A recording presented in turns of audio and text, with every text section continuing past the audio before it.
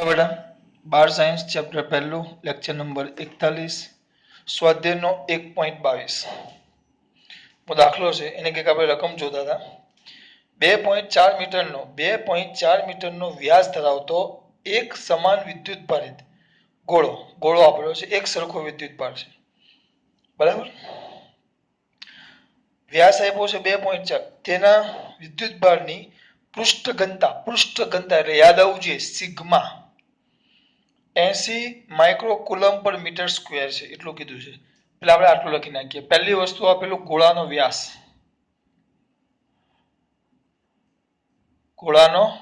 વ્યાસ D બરાબર D બરાબર ક્યાં ગયું ભાઈ ડી આપણું ડી 2.4 મીટર 2.4 મીટર એટલે સીધું ખબર પડવી જોઈએ બેટા 2.4 એટલે આર गोळानी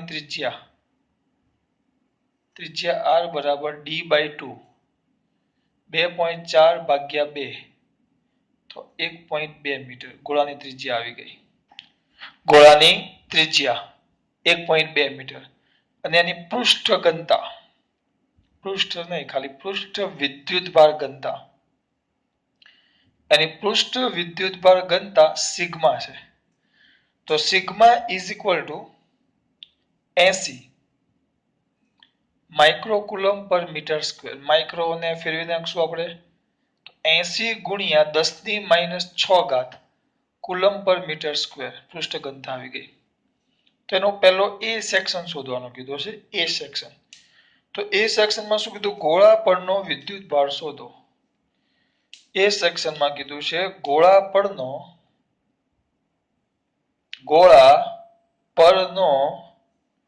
विद्युत भार शोधो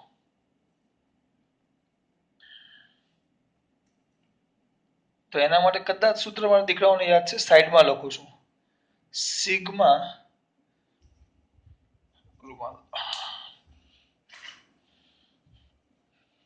આપણે એક કામ કરીએ શું લખીએ દીકરા સિગ્મા ઇઝ ઇક્વલ ટુ યાદ હોય તો Q બાય A પરથી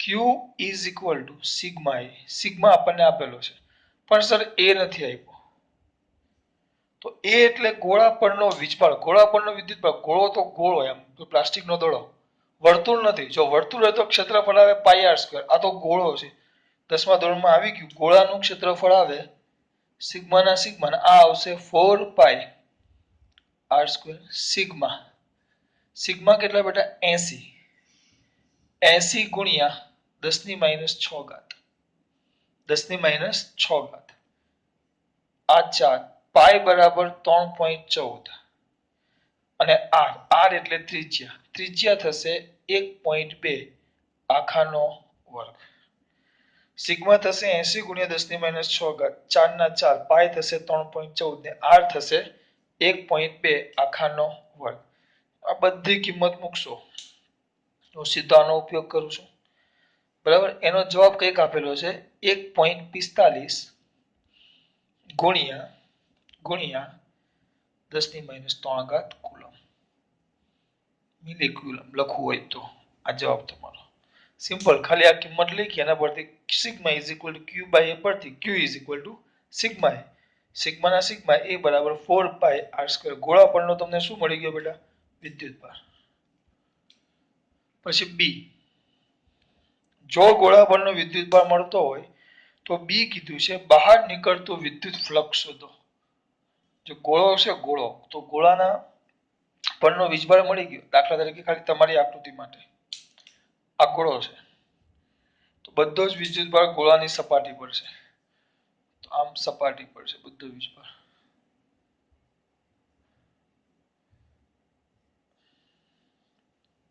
बराबर गोळा परनो विद्युत भार शोधो અને બધો વીજભાર સપાટી પર અમુક એમ કે સર સપાટી પર જ કેમ ગોળો ચલો ઘન ગોળો છે નક્કર વિચારો નક્કર પોલો હોય પ્લાસ્ટિકનો તો સપાટી જ આવે પણ સર નક્કર ગોળો હોય તો નક્કર ગોળામાં શું થાય તમે જો વીજભાર મૂકો ને સુવાહક ગોળાની વાત છે સુવાહક અવાહક નહીં તો આ સુવાહક ગોળાના બધા ધન વીજભાર વચ્ચે શું થાય અપાકર્ષણ અને મેક્સિમમ ક્યાં જવાનો પ્રયત્ન કરે દૂર તો તેમ કહે સર તમે તો આગળ એવું કીધું કે ધન વીજભાર ગતિ કરે નહીં એટલે હું ધન લખું પણ ગતિ તો કોની થાય? આપલે તો કોની થાય? ઇલેક્ટ્રોનની. એને લીધે એ રીતે ઇલેક્ટ્રોનની આપલે થઈ જાય કે આ બધા જ ધન વીજભાર ક્યાં આવી જાય? સપાટી પર. બધા જ એકબીજાથી મેક્સિમમ દૂર જઈ ધન વીજભાર સપાટી પર આવે. એટલે એનો મતલબ એમ થયો સપાટી પરથી બધા ઇલેક્ટ્રોન અંદર ચાલ્યા ગયા એટલે અહીંયા ધન વીજભાર આવી જાય. અને આ ધન વીજભારનું ધન વીજભાર છે તો વિદ્યુત ક્ષેત્ર કઈ તરફ હોય? બહાર તરફ. તો આ રીતે વિદ્યુત ક્ષેત્ર બહાર તરફ છે. આમ તો આ વિદ્યુત ક્ષેત્ર બહાર તરફ હોય તો એ લોકોએ એમ કીધું છે તો ગોળા સાથે સંકળાયેલું શું શોધો? ફ્લક્સ. અને જો વીજભાર ધન છે તો ફ્લક્સ પણ ધન આવે. તો ગોળા સાથે વીજભાર ધન યાદ કરો, ક્યુ ધન તો ફ્લક્સ ધન, ક્યુ ઋણ તો ફ્લક્સ ઋણ. અંદર જાય ક્ષેત્ર રેખાઓ. ફ્લક્સમાં મેં તમને સમજાવેલું, ફ્લક્સમાં મેં ચલાવેલું. અને જેટલી ક્ષેત્ર અને ફ્લક્સ 0 તો ક્યુ 0. કેમ? જેટલી ક્ષેત્ર રેખાઓ અંદર દાખલ થાય એટલી જ બહાર આવે. તો ગોળા સાથે સંકળાયેલ વિદ્યુત ફ્લક્સ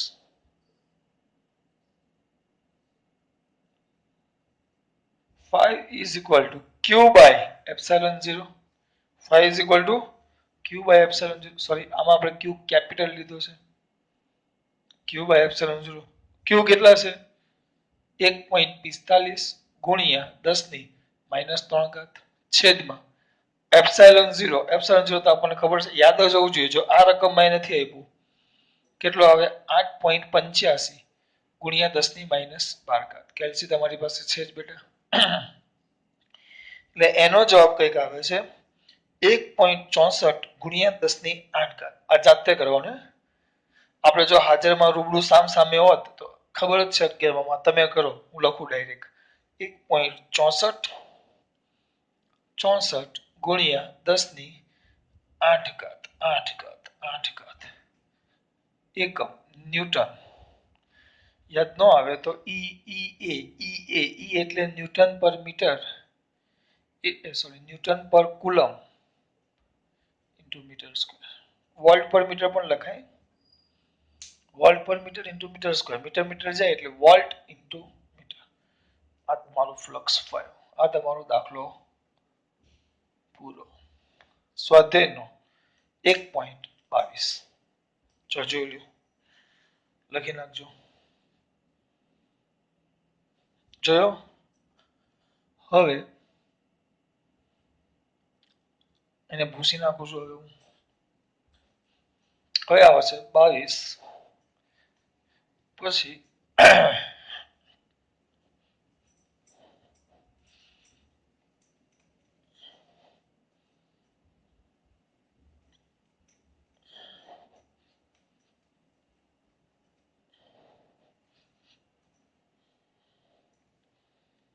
પછી 1.23.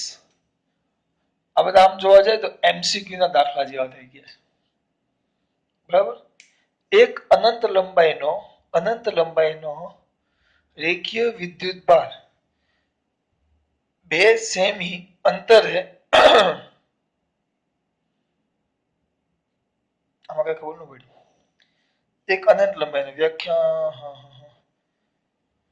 2 સેમી અંતરે આટલું વિદ્યુત ક્ષેત્ર ઉત્પન્ન કરે છે. શબ્દ ખવાઈ ગયો છે. આપણે જોઈએ. ચલો, એક અનંત લંબાઈનો તાર છે. અંદર શબ્દ ખવાઈ ગયો છે. નથી. એક અનંત લંબાઈનો તાર છે. અનંત એટલે ખબર ને, આપણે આમ કરતા. આ બધા પ્લસ.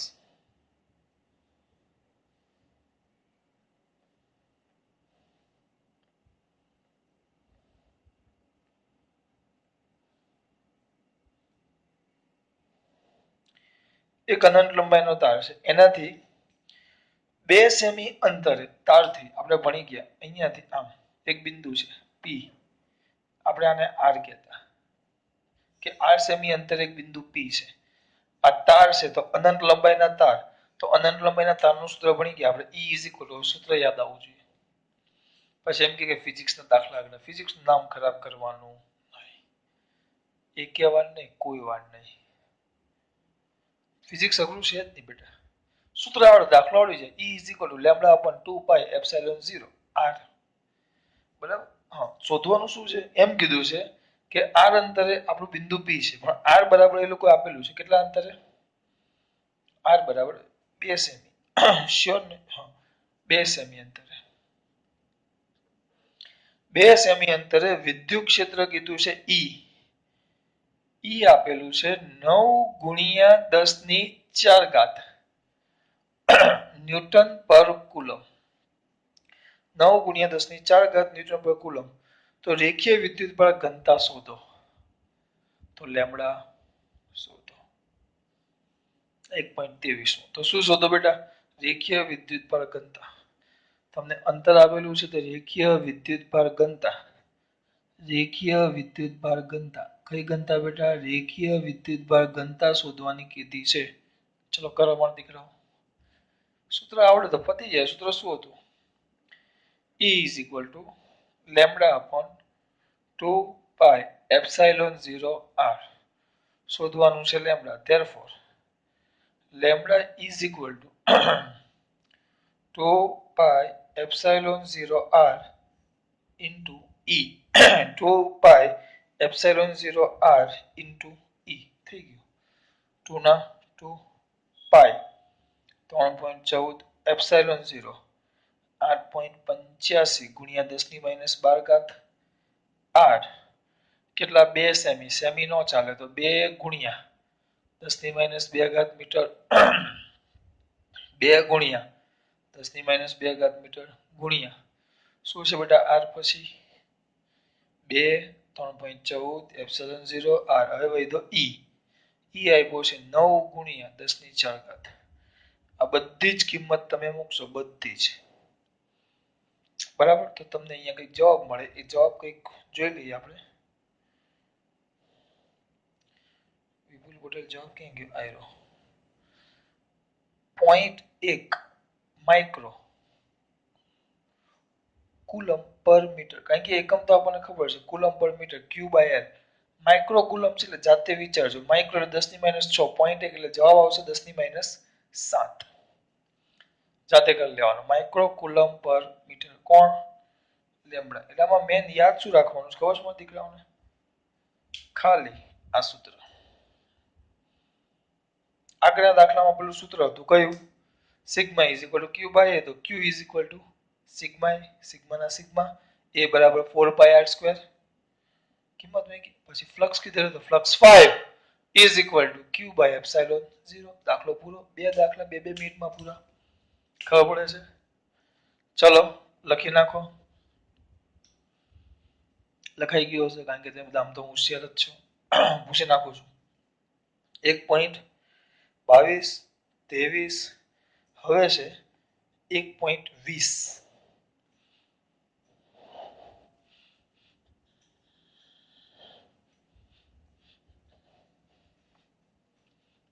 જોઈ લઈએ પહેલા.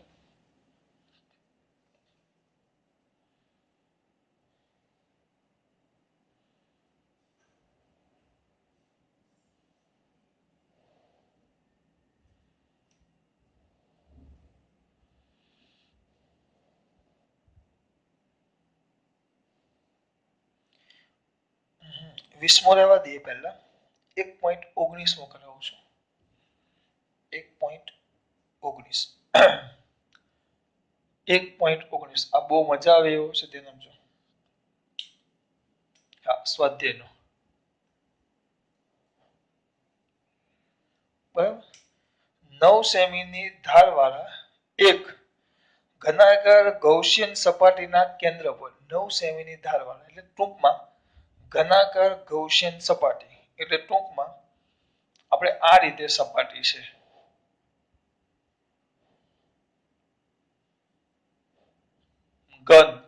ઘનાકાર આ ગૌસિયન સપાટી છે. કમ્પ્લીટ એની ક્યાં બેટા? સપાટીના કેન્દ્ર પર.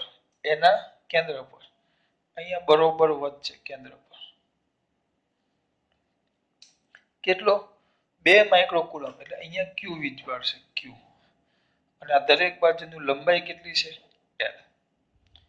તો ચલો Q બરાબર કેટલો આપેલો છે? અંદરનો જે વીજભાર Q છે ક્યુ આપેલો છે 2 માઇક્રોકુલમ.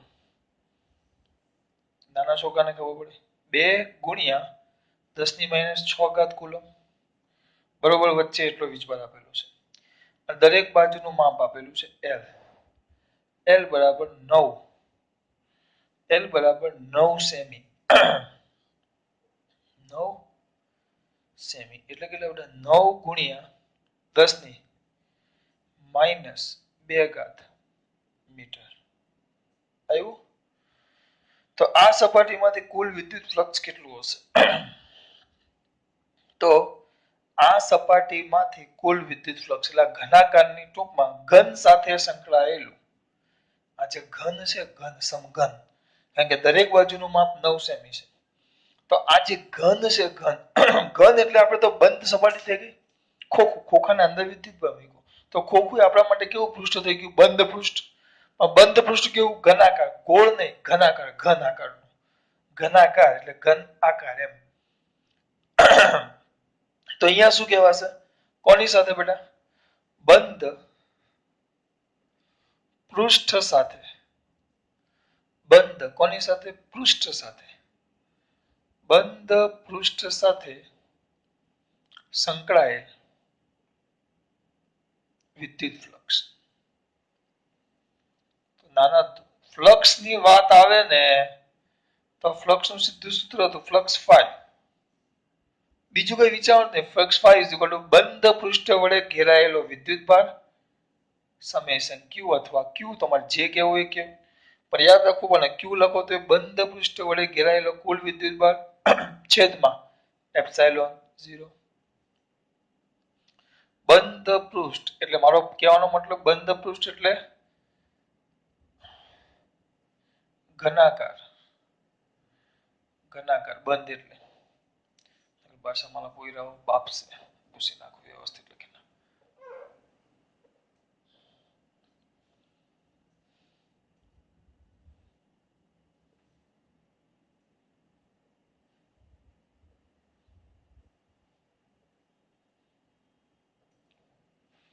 તો વિદ્યુત flux phi is equal to summation q by epsilon 0. કયો q? Summation q by epsilon 0. સામો કહો કુલ બંધ પૃષ્ઠ વડે ઘેરાયેલો કુલ વિદ્યુતભાર. તો સમેશન q તો વિદ્યુતભાર તો આપેલો જ છે q, બીજું કઈ આવે જ નહીં આમાં. આ સમગ્ર ઘન સાથે બેટા, સમગ્ર ઘન ધ્યાન રાખજો, એક સાથે નહીં, આખા ઘન સાથે. સમગ્ર ઘન સાથે, એક સાથે ને આખા ઘન. તો શું આવશે? phi is equal to summation q by epsilon 0. તો phi માં શું લખશું? સમેશન q એટલે બંધ પૃષ્ઠ સાથે ઘેરાયેલો કુલ વિદ્યુતભાર. બંધ પૃષ્ઠ સાથે ઘેરાયેલો કુલ વિદ્યુતભાર. આમાં કઈ પણ પ્રોબ્લેમ છે? ઘનાકાર પૃષ્ઠ સાથે સંકળાયેલો કુલ વિદ્યુતભાર એટલે આપણે ઘનાકાર એટલે બંધ પૃષ્ઠ થઈ ગયું, આપેલું જ છે 2 માઇક્રોકુલમ. તો 2 ગુણ્યા 10⁻6 છેદમાં કેટલા છે? એપ્સિલોન 0 એટલે લંબાઈની તો કઈ જરૂર જ નથી. એપ્સિલોન 0 એટલે કેટલા? 8.85 ગુણ્યા 10⁻12. તો ફ્લક્સ કેટલો થાય? ફ્લક્સ કોઈ કહેશે માં પૂછ્યો? જવાબ અંદર આપેલો જ છે. 2 ગુણ્યા તમે ગણતરી કરતા જજો 2.26 ગુણ્યા 10⁻5 જેવું થવું જોઈએ. 5 ન્યૂટન મીટર સ્ક્વેર પર કુલમ આ ફ્લક્સ ફાઈ. હા, પણ આ કોની સાથે? સમગ્ર ઘન સાથે. કેમ? સિમ્પલ વસ્તુ છે. આ જે છે વિદ્યુતભાર, હવે એની ક્ષેત્ર રેખાઓ બધી બાજુ જાય. ક્ષેત્ર રેખાઓ ઘન છે બધી બાજુ, અને આ તમને 2D માં દેખાય, પણ 2D માં ન જાય બેટા, બધે જ જાય. બધે એટલે કોઈ એવી બાજુ ન રહી. આમ તમને એમ લાગે છે કે ખાલી આમ આમ જ એમ ન હોય, પણ આ જો વિદ્યુતભાર આમ હોય તો એ આમે આવે, ક્ષેત્ર રેખાઓ આમે જાય, આમે જાય, આ બાજુ આમ કોઈ એવી બાજુ ન હોય કે જાય, એટલે બધી બાજુ સંકળાય. હવે આપણે આ જે હતું આ ફ્લક્સ એ તો બધા આખા ઘન સાથે સંકળાયેલું છે. અમુક વાર આ જ MCQ છે, પણ આ સવાલમાં થોડો કેવો ચેન્જ કર્યો, નાનો એવો ચેન્જ જે છોકરાને અટવાય નહીં. કેવો ચેન્જ? આ શું કીધું? સમગ્ર ઘન સાથે સંકળાયેલું પૃષ્ઠ છે, પણ તમને એમ પૂછે ઘનની એક સપાટી અથવા એક પૃષ્ઠ સાથે, કારણ કે ઘનની અંદર 6 પૃષ્ઠ હોય. 1 મિનિટ આપો, ઘન લાવીએ આપણે થોડોક.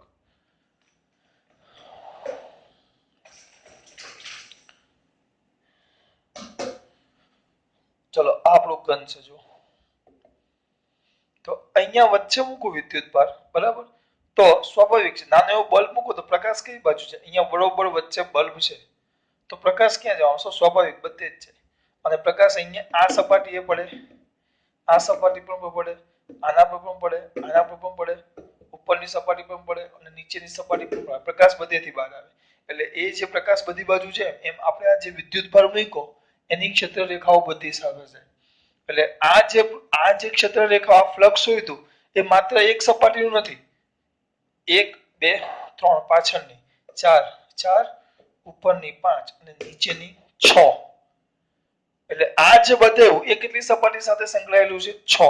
ધ્યાન રાખજો. આ જે હું બોલ્યો એ એક સપાટીનું જ નથી. 1 2 3 4 5 અને 6.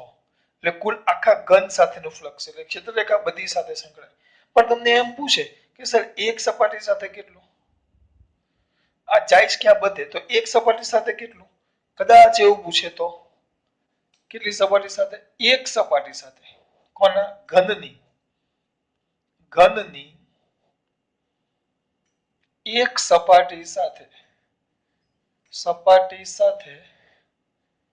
સંકળાયેલ વિદ્યુત ફ્લક્સ. એક સપાટી સાથે બેટા. આ વીજભાર અત્યારે બરોબર વચ્ચે છે. આના બેટા બીજા 10 5 6 એમસીક્યુ તમને બીજા સમજાવું. જોજો આના પછી એક્સ્ટ્રા વધારાના જે તમારી 12ની એક્ઝામમાં પૂછાય છે અને બહુ વાર પૂછાણા છે. આ તો ઘનની એક સપાટી સાથે સંકળાયેલ ફ્લક્સ. હવે આ આખા સાથે છે. આપણે શોધવાનું કોની સાથે છે? એક સાથે. તો એને નામ આપી દઈએ 5 પેલું જે હતું ફ્લક્સ એટલે ક્ષેત્ર રેખાઓ જે 6 સપાટી સાથે સંકળાતો. હવે મેં 6 નથી પૂછી. અહીંયા જે હતું એ આમ 6 સાથે બધી બાજુ હતી, પણ હવે મેં 6 નથી પૂછી, મેં એક જ પૂછી છે. તો કુલ 6 સપાટી હતી. તો હવે તો એક સપાટી સાથે કેટલું? 6 સપાટી સાથે કેટલું સંકળાયેલું? ફ્લક્સ 5. તો એક સાથે કેટલું? તો સ્વાભાવિક છે કુલ ફ્લક્સના કેટલા ભાગ પાડી નાખો? 6. કારણ કે બધી બાજુ સમાન રીતે વહેંચાય. કેમ સમાન રીતે વહેંચાય? સમઘન છે એટલે. તો 5 શું આવી ગયું? 6. તો 5/6 એટલે 5 આવ્યું. જાતે કરી નાખજો. મારે ખાલી તમને આ જ સમજાવવાનું છે, એનો જવાબ નહીં. આ વધારાનું છે. દાખલો આટલો જ છે. દાખલો અહીંયા પતી જાય છે. આ વધારાનું છે. બાકી 6. કેમ? 6 સપાટી છે એટલે. વસ્તુ ખબર પડી બેટા?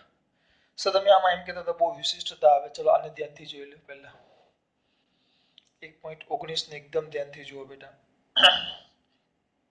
જોયું? હવે આના કિસ્સા જોઈએ આપણે. કિસ્સા ખાસ બાબતો. જો ઘનની બરોબર વચ્ચે હોય તો સીધું Q/ε0, કારણ કે આ જે વિદ્યુત ભાર છે આખો ઘેરાયેલો છે, બરાબર. અને એક સપાટી કહીએ તો કુલ બધી સપાટી આખા ઘન સાથે, ઘનની કુલ 6 સપાટી હોય તો 6 સપાટી સાથે 5, તો એક સપાટી સાથે કેટલું? તો 5/6 લખવાની જરૂર છે. 6 સપાટી સાથે દેશી ભાષા તો અમુક જણા કે આમ કેમ લેવા 5, તો એક સપાટી સાથે કેટલું? તો 5 = 5/6. બહુ સિમ્પલ વસ્તુ છે. હવે આમાં વિવિધતા કેમ આવે? વધારાનું જે મારી ખૂટ્યું છે, સારી વાત નથી. હવે આ જ દાખલો તમને એમ પૂછે, આ જ દાખલો બેટા કેવી રીતે પૂછે? બીજી વિવિધતા જુઓ. બીજી વિવિધતા આ જ દાખલો તમને એમ પૂછે વધારામાં.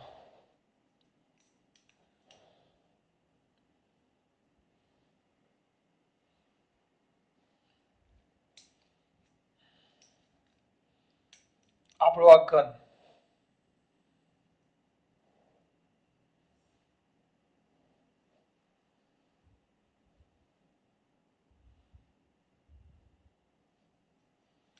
અને વિદ્યુત ભાર છે ને, આમાં વિદ્યુત ભાર બરોબર આમ વચ્ચે હતો, બરાબર. પણ હવે વિદ્યુત ભાર અહીંયા છે આ સપાટી પર. એટલે વિદ્યુતભાર આમ છે.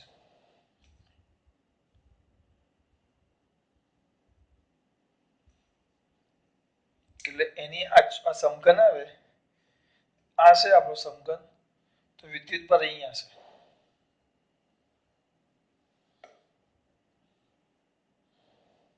અહીંયા છે.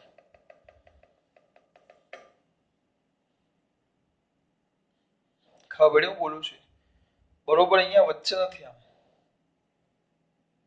અહીંયા છે.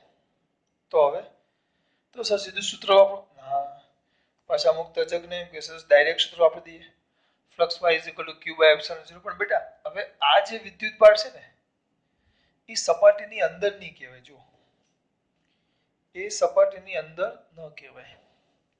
એક કામ કરીએ બેટા, આ વધારાનું પછી કરાવીશ, ચિંતા નહીં કરો, ચિંતા નહીં કરો. પણ એક દાખલો બેસતો જે આવે છે ને પહેલા કરી દઉં છું, કે વધારાનો આખો અલગ જ લેક્ચર બનાવી દઈશું આપણે.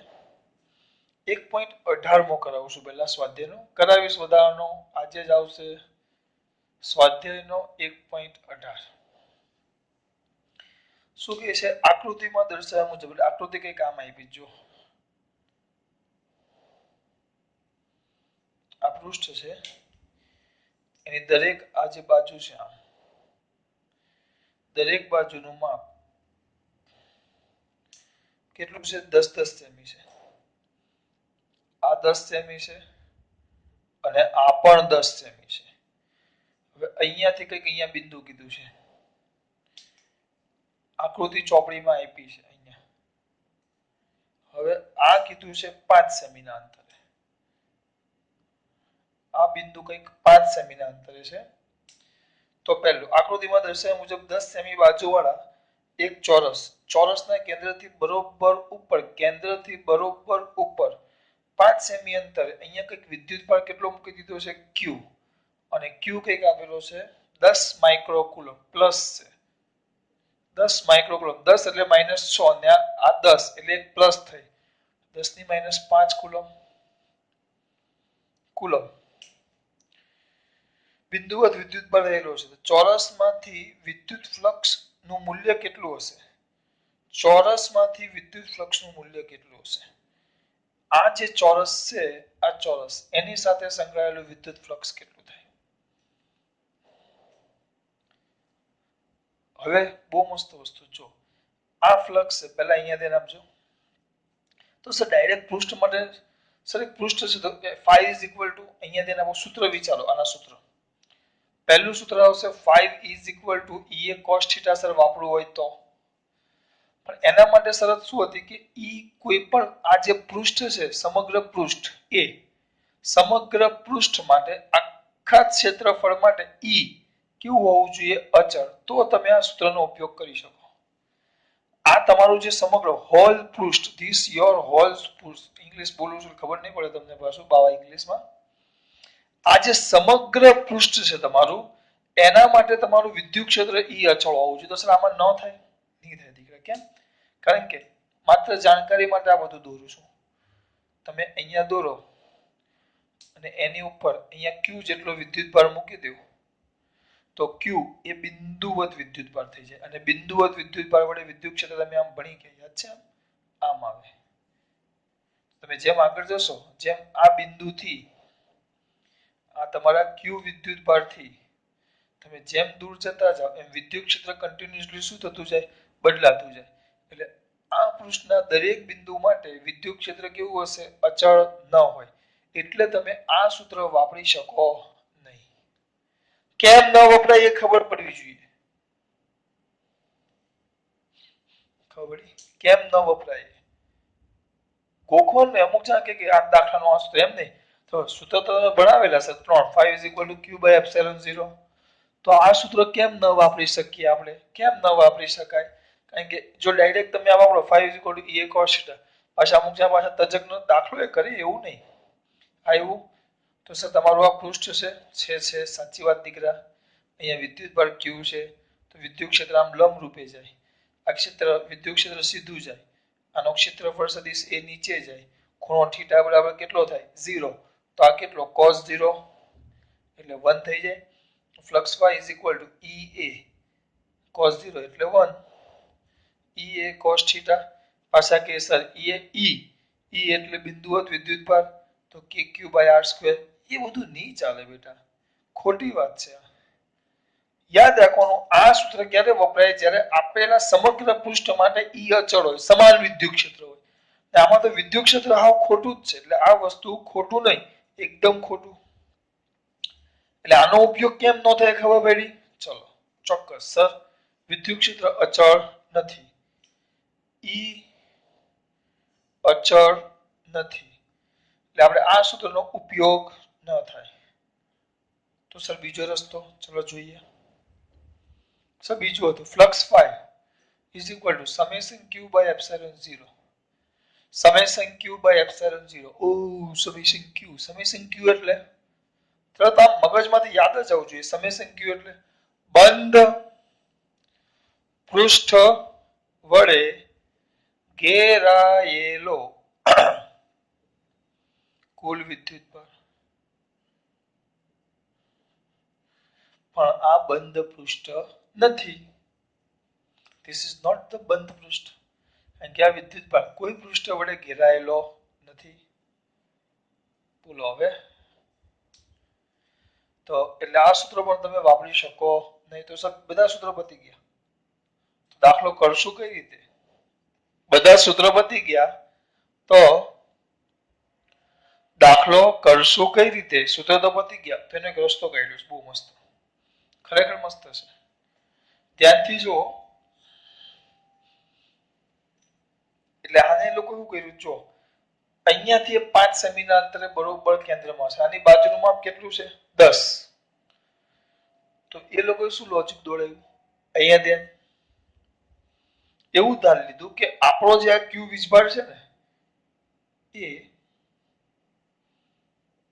આપણો જે ક્યુ વીજભાર છે એ આ રીતે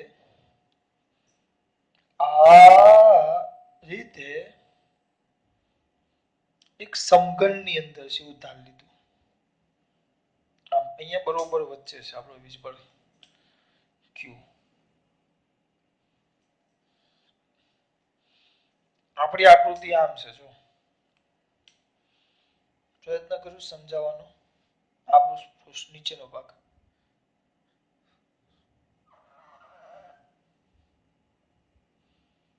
આપણી આકૃતિ આમ છે,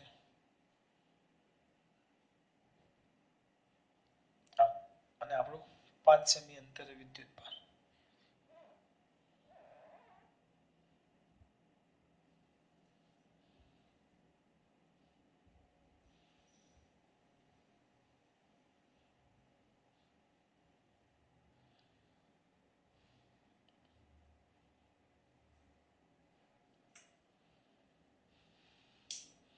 આકૃતિ છે, પણ આપણે એવું ધારી લીધું કે આપણો જે આ ક્યુ વીજભાર છે એ 10 સેમી બાજુવાળા ક્યાં? સમઘનની. આપણો જે ક્યુ વીજભાર છે એ 10 સેમી બાજુવાળા સમઘનના બરોબર ક્યાં છે? કેન્દ્ર પર. તો ધ્યાન આપજો.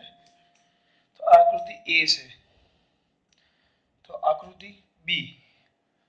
તો આપણે એમ કહી શકીએ આકૃતિ બી પરથી કહી શકાય કે, પછી આકૃતિ દોરવી પડે આવું લખો તો, બી પરથી કહી શકાય કે આપેલ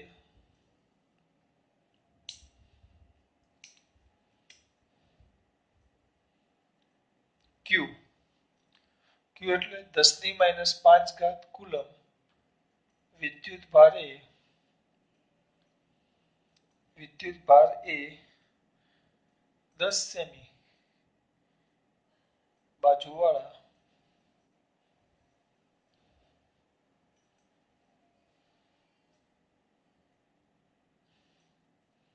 લંબાઈ ધરાવતા સમઘનના કેન્દ્ર પર છે. તો આને સમઘનના ક્યાં લઈ શકો? કેન્દ્ર પર. આને આપણે સમઘનના ક્યાં લઈ શકીએ? કેન્દ્ર પર. ધ્યાન રાખજો, આ આકૃતિ બેઠી જ છે. હા, જો આમ ધારો તો ક્યુ એ બંધ પૃષ્ઠમાં આવી ગયો. તો એ બંધ પૃષ્ઠમાં પણ હું આમ લખી શકું. એટલે શું લખી શકું? સમઘન સાથે સંકળાયેલ, એ શોધી શકાય આપણે. સંકળાયેલ કયું ફ્લક્સ? વિદ્યુત ફ્લક્સ. તો સમઘન સાથે સંકળાયેલ વિદ્યુત ફ્લક્સ, તો એને આપણે શું કહેતા? ફાઈ. તો phi is equal to Q by epsilon 0. Q કેટલા બેટા? ક્યુ કેટલા? 10⁻⁵. બરાબર. એક કામ કરું, ક્યુ બાય એપ્સિલોન 0 યાદ રાખો. પણ એટલે સમઘન એટલે ખબર પડી, આ બરોબર વચ્ચે આવી ગયો. એટલે આની 6 એ 6 સપાટી સાથે આટલું સંકળાયેલું છે. કારણ કે મેં આને બરોબર વચ્ચે લઈ લીધું. તો હું આ સૂત્ર વાપરી શકું. પહેલું સૂત્ર તો વપરાતું જ નહોતું, બીજું સૂત્ર પણ નહોતું વાપરી શકતા, પણ એના માટે મેં ધારી લીધું કે બરોબર બધાની ક્યાં છે? વચ્ચે. બરોબર બધાની ક્યાં છે? વચ્ચે. એટલે હવે સમઘનની વચ્ચે આવી ગયું. તો હવે આ સમઘન માટે તો આ સૂત્ર વાપરી શકું, પણ મારે આખા સમઘનની વાત નથી કરવી. મારે તો માત્ર એક બાજુની જ વાત કરવાની છે. તો સમઘનની સાથે સંકળાયેલ વિદ્યુત ફ્લક્સ કેટલું? ફાઈ બરાબર ક્યુ બાય એપ્સિલોન 0. તો આપણે તો કોની સાથે જોવાનું છે? સમઘનની એક સપાટી સાથે. સપાટી ન લખવું હોય તો એક પૃષ્ઠ સાથે સંકળાયેલ વિદ્યુત ફ્લક્સ. તો હમણાં આગળ જ સમજાયું. સમગ્ર 6 બાજુ સાથે ફ્લક્સ 5, તો એક બાજુ સાથે સંકળાયેલું ફ્લક્સ કેટલું? 6 બાજુ સાથે 5, તો એક બાજુ સાથે કેટલું? તો કેટલું આવે? 5 this is equal to 5/6. 5 કેટલા છે? q બાય એપ્સિલોન 0 અને છેદમાં 6. કિંમત મૂકી દઉં. q કેટલા હતા? q હતા 10⁻⁵. 6 ના 6. એપ્સિલોન 0 કંઈક 8.85 ગુણ્યા 10⁻12. બધાની કિંમત મૂકીશ તો કંઈક જવાબ 1.88 1.8832 ગુણ્યા 10 ની 8832 ગુણ્યા 10 ની 5 ન્યૂટન મીટર સ્ક્વેર પર કુલમ. આવો એક દાખલો થયો, પણ છે અલગ રીતે. આગળનો જે સમઘનનો આપણે કરાયો ને એક દાખલો, આગળ જે સમઘનમાં દાખલો ગણ્યા આપણે એક દાખલો, પણ રીત થોડી અલગ. જો બેટા સીધું તમને ડાયરેક્ટલી ખબર ન પડે.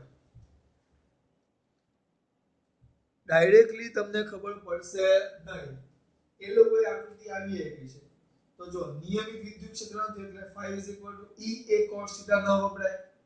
એટલે એના માટે આપણે સમઘન ધાર લીધો. તો સમઘન સાથે શોધી લીધું phi q by epsilon 0. કારણ કે આ સમઘનના ક્યાં આવી ગયો? અંદર. આપણા માટે સમઘન એટલે બંધ પૃષ્ઠ વડે ઘેરાયેલો કુલ વિદ્યુતભાર q by epsilon 0. પણ સમઘન છે કેટલી બાજુ છે? 6. તો 6 બાજુ સાથે 5, તો એક બાજુ સાથે કેટલો? કારણ કે આપણે ખાલી નીચેની સાથે જોવાનું છે, બાકીના સાથે શોધવાનું કીધો નથી. એટલે 5 this is equal to 5/6. એટલે q by epsilon 0/6. બહુ મસ્ત દાખલો જો આવ્યો.